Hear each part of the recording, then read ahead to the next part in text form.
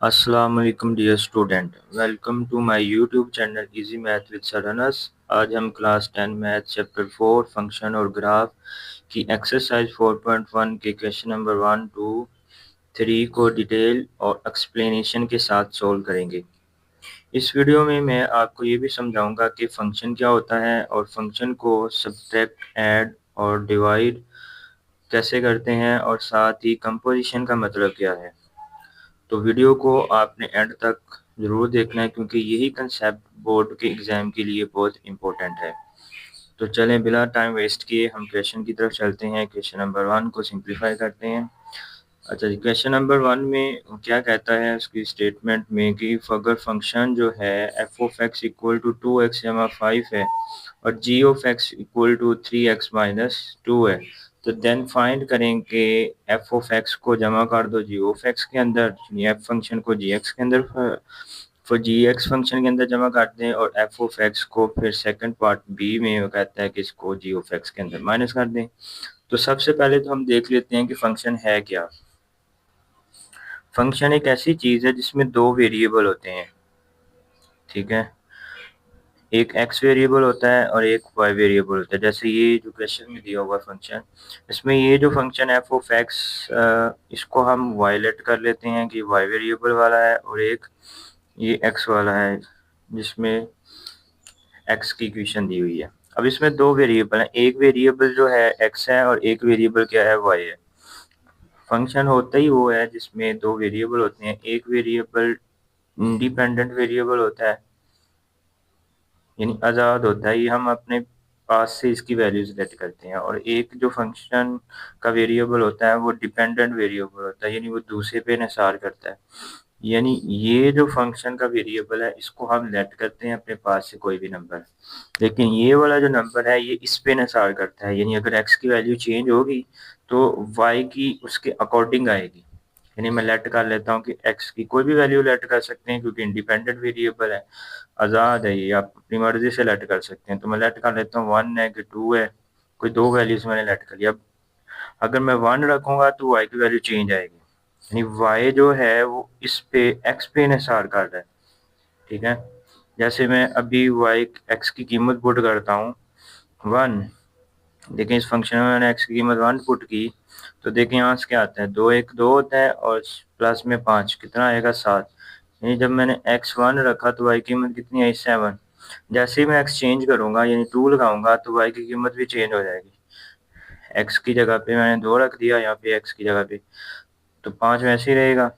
x की जगह पे मैंने वैल्यू पुट करनी 2 2 4 जमा 5, तो क्या आएगा y बराबर 9। यानी जैसे ही हमने x की वैल्यू चेंज की है वैसे ही फंक्शन का जो वेरिएबल y है डिपेंडेंट वेरिएबल वो भी चेंज होगा। यानी फंक्शन ऐसा होता है जिसमें दो वेरिएबल होते हैं, एक इंडिपेंडेंट वेरिएबल होता है, एक डिपेंडेंट वेरिएबल होता है। इंडिपेंडेंट वेरिएबल में हम अपने पास से कोई भी वैल्यू लेट कर सकते हैं, और डिपेंडेंट वेरिएबल जो है वो जो हमने वैल्यू लेट की होती है उस पर इंहिसार करता है कि उसके अकॉर्डिंग उसकी वैल्यू जाती है। ये तो फंक्शन।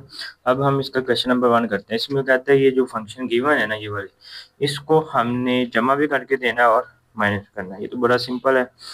फर्स्ट पार्ट हल करते हैं। फर्स्ट पार्ट में वो कहता है कि आपने फंक्शन एफ ऑफ एक्स को जी ऑफ एक्स में जमा करना है।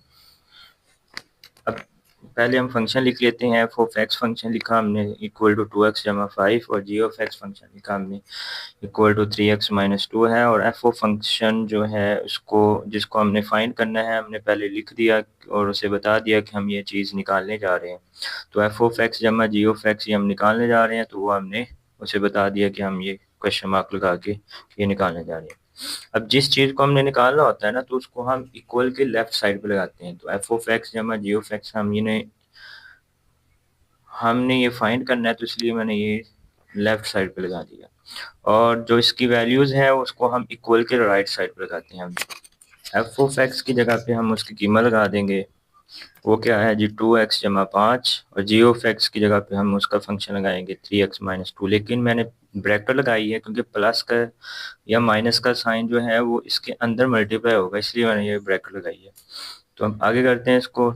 ये वैसे आएगा 2x जमा 5 क्योंकि इसके साथ ना माइनस है ना कोई रकम है जो इसके साथ मल्टीप्लाई हो रही है। अब ये जमा है, जिसके साथ कोई जमा नहीं होता उसके साथ जमा का साइन होता है। साइन साइन के साथ मल्टीप्लाई होते हैं, जमा जमा जमा, और 3x वैसे आ जाएगा। इसी तरह जमा माइनस माइनस और 2 भी वैसे आ जाएगा। जिस चीज़ को फाइंड कर रहे हैं उसको हम लेफ्ट साइड पर लगाते हैं और उसको अपने साथ साथ लिखते आना है।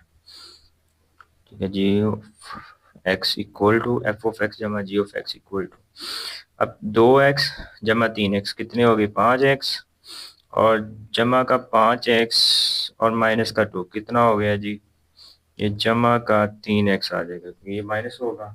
ठीक है, सब्ट्रैक्ट होके क्या आ जाएगा, जमा का 3। बड़ी रकम के साथ जमा है इसलिए आंस के साथ भी हम जमा लगाते हैं। अच्छा जी, नेक्स्ट इसका जो पार्ट है बी, इसमें हमने जो फंक्शन है उन दोनों को सब्ट्रैक्ट करना है, यानी फंक्शन एफ ऑफ एक्स को जी ऑफ एक्स के अंदर सब्ट्रैक्ट कर देना है। और दोनों फंक्शन हमें गिवन है, एफ ऑफ एक्स भी दिया है, जी ऑफ एक्स भी दिया है, सिंपल हमने सब्ट्रैक्ट कर देना है। तो जिस चीज़ को हम फाइंड करते हैं उसको हम लेफ्ट साइड पे लगाते हैं, इसको हम इक्वल केस लेफ्ट साइड पे लगा देते हैं, f of x minus g of x equal, और इसकी वैल्यूज़ को हम राइट साइड पे लिखते हैं। ठीक है, तो एफ ऑफ एक्स की जगह पे उसकी वैल्यूज़ लगाएंगे, 2x जमा 5 माइनस वैसे आ जाएगा, और जी ऑफ एक्स की जगह पे हम उसकी वैल्यूज़ लगाएंगे उसके फंक्शन की, वो क्या है जी 3x माइनस 2। उसके बाद 2x जमा 5 वैसे आ जाएगा, ये माइनस का साइन अंदर मल्टीप्लाई होगा, ये यहाँ पे माइनस है और 3 के साथ क्या है जमा, तो माइनस जमा माइनस 3x आ जाएगा वैसे ही, और माइनस माइनस जमा 2 हो जाएगा, और 2x और माइनस का 3x कितना हो जाएगा, माइनस का 1x क्योंकि बड़ी रकम के साथ माइनस है। इसी तरह जमा का 5 और जमा का 2 क्या आएगा, जमा का 7। ठीक है, एफ ऑफ एक्स जिसको हम फाइंड कर रहे हैं लेफ्ट साइड पे लगाते हैं, वो वैसे ही आपके साथ लगाते हैं। अच्छा, ये था क्वेश्चन नंबर 1 का B part. Next question number 2 और उसे हम सोल्व करते हैं अब। अच्छा जी, देखते हैं जी स्टेटमेंट में क्या कहता है। कहता है if f of x function equal to x जमा 2 and g of x function equal to 2x जमा 4 देन फाइंड। 4 पार्ट दिए हुए हैं नीचे और कहता है वो आपने निकाल के देना है अगर आपके पास f of x function given हो और g of x function given. पहले पार्ट में कहता है कि आपने एफ ऑफ एक्स को जी ऑफ एक्स के साथ डॉट निकालना है, डॉट का मतलब मल्टीप्लाई करना है। सेकंड पार्ट में भी आपने मल्टीप्लाई करना है लेकिन जी ऑफ एक्स को पहले रख के और एफ ऑफ एक्स को बाद में। इसी तरह थर्ड पार्ट में आपने क्या करना है जी, डिवाइड करना है एफ ऑफ एक्स फंक्शन को जी ऑफ एक्स फंक्शन दोनों को एक दूसरे पे, एफ ऑफ एक्स के ऊपर रखना है, जी ऑफ एक्स को नीचे रखना है। इसी तरह डी पार्ट में उल्ट कर देना है, जी ऑफ एक्स को ऊपर रखना है और एफ ऑफ एक्स को नीचे रख के डिवाइड करना है। तो चले हम पहला पार्ट हल करते हैं। अच्छा जी, फर्स्ट पार्ट में फंक्शन गिवन है एफ ऑफ एक्स, वो हमने लिख लिया इक्वल टू एक्स जमा 2, जी ऑफ एक्स फंक्शन गिवन था वो हमने लिख दिया, वो क्या है जी इक्वल टू 2x जमा 4। और फर्स्ट पार्ट में वो कहता है एफ ऑफ एक्स को जी ऑफ एक्स के साथ मल्टीप्लाई करें, तो वो हमने बता दिया कि हम ये फाइंड करने जा रहे हैं और इसको हम मल्टीप्लाई करके देंगे। तो जिस चीज़ को फाइंड करना होता है उसको आप इक्वल के लेफ्ट साइड पे लगाते हैं, तो मैंने उसको इक्वल के लेफ्ट साइड पे लगा दिया। अब इसकी जो वैल्यू होती है फंक्शन की वो हम इक्वल के राइट साइड पे लगाते हैं। एफ ऑफ एक्स की जगह पे उसकी कीमत आएगी, वो क्या है जी एक्स जमा 2, और इसको मैं ब्रैकेट में बंद करूंगा क्योंकि हम इसे मल्टीप्लाई करने जा रहे हैं। इसी तरह जी ऑफ एक्स है उसकी भी वैल्यू हम लगाएंगे, वो कितनी है जी 2x जमा 4। अब इस तरह की जो मल्टीप्लिकेशन है उसको हम ऐसे मल्टीप्लाई नहीं करते जैसे जो सिंपल मल्टीप्लाई होता है, जैसे 3 मल्टीप्लाई 2 इक्वल टू 6, इस तरह मल्टीप्लाई करते हैं। ये दूसरी तरह की अलजेब्रिक मल्टीप्लिकेशन है। तो इसमें जो पहली रकम होती है उसकी जो पहली रकम है ना वो हम लिख लेते हैं, उसके बाद ये सारी रकम आगे आती है, 2x जमा 4 आगे आएगा। इसी तरह पहली रकम की दूसरी रकम लिखेंगे, साथ साइन भी लिखेंगे, जमा 2, और फिर ये सारी अगली जो रकम है वो आगे आएगी 2x प्लस 4।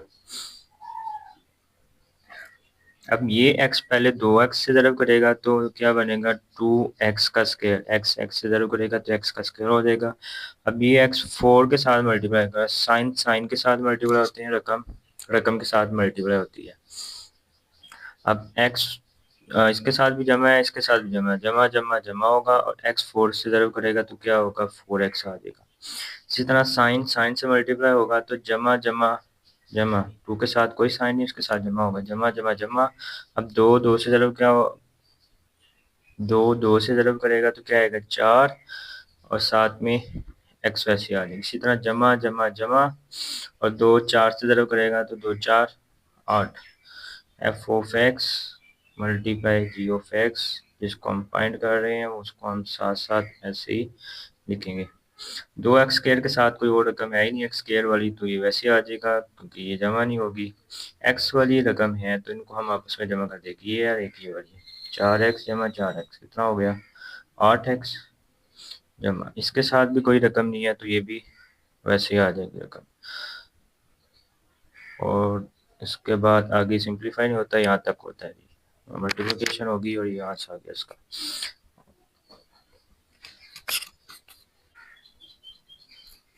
अच्छा जी, नेक्स्ट पार्ट बी है, उसमें भी हमने दोनों फंक्शन को आपस में मल्टीप्लाई करना है।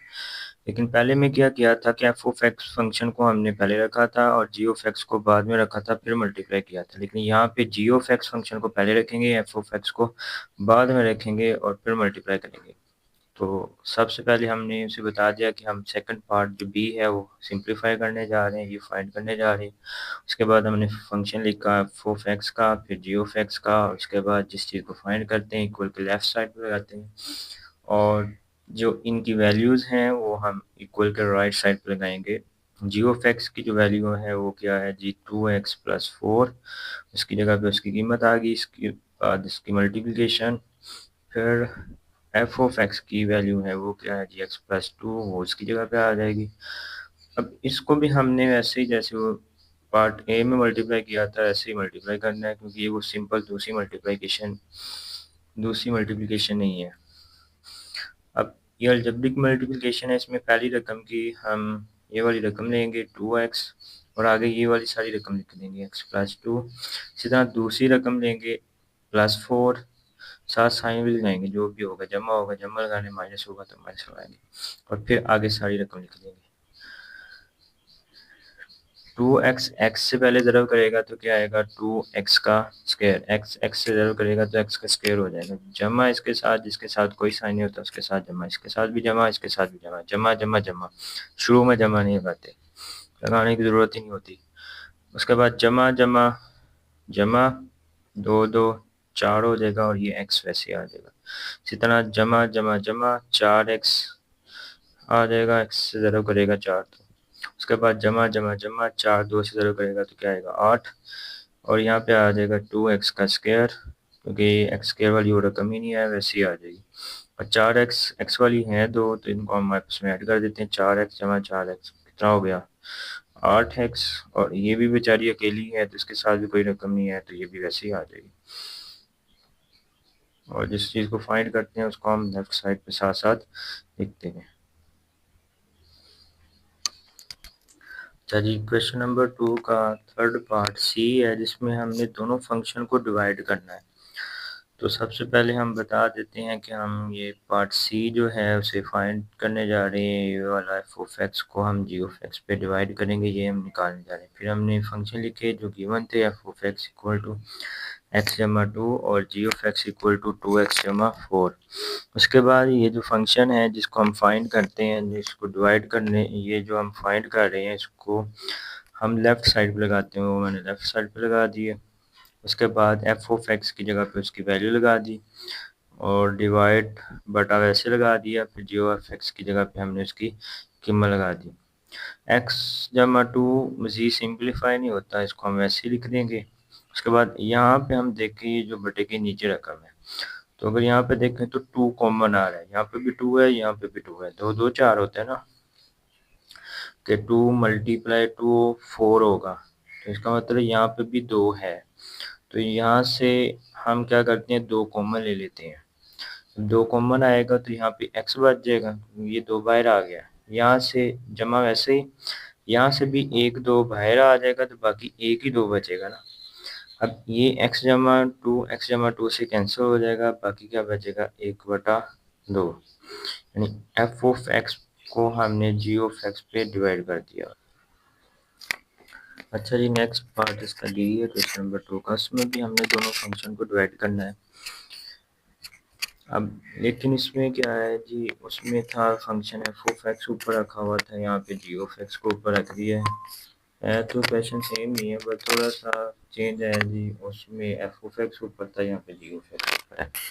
तो चलिए शुरू करते हैं। इसमें जिस चीज़ को हम फाइंड करना होता है, जिस चीज़ को हमने फाइंड करना होता है, तो सबसे पहले हम उसे बता देते हैं कि हम ये चीज़ फाइंड करने जा रहे हैं, क्वेश्चन मार्क लगा के। उसके बाद फंक्शन लिखा हमने एफ ऑफ एक्स का, वो क्या एक्स जमा टू। जी ऑफ एक्स का फंक्शन लिखा, वो क्या है टू एक्स जमा फोर।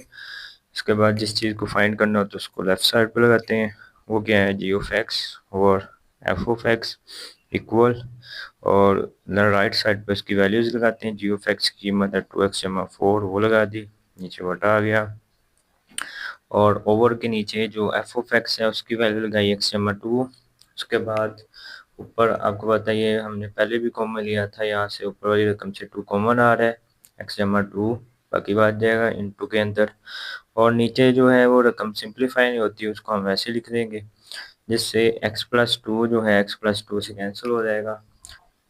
बाकी जो g of x over f of x है उसमें बाकी जो है दो दो बच जाएगा। ये हमारा आंसर आ जाएगा।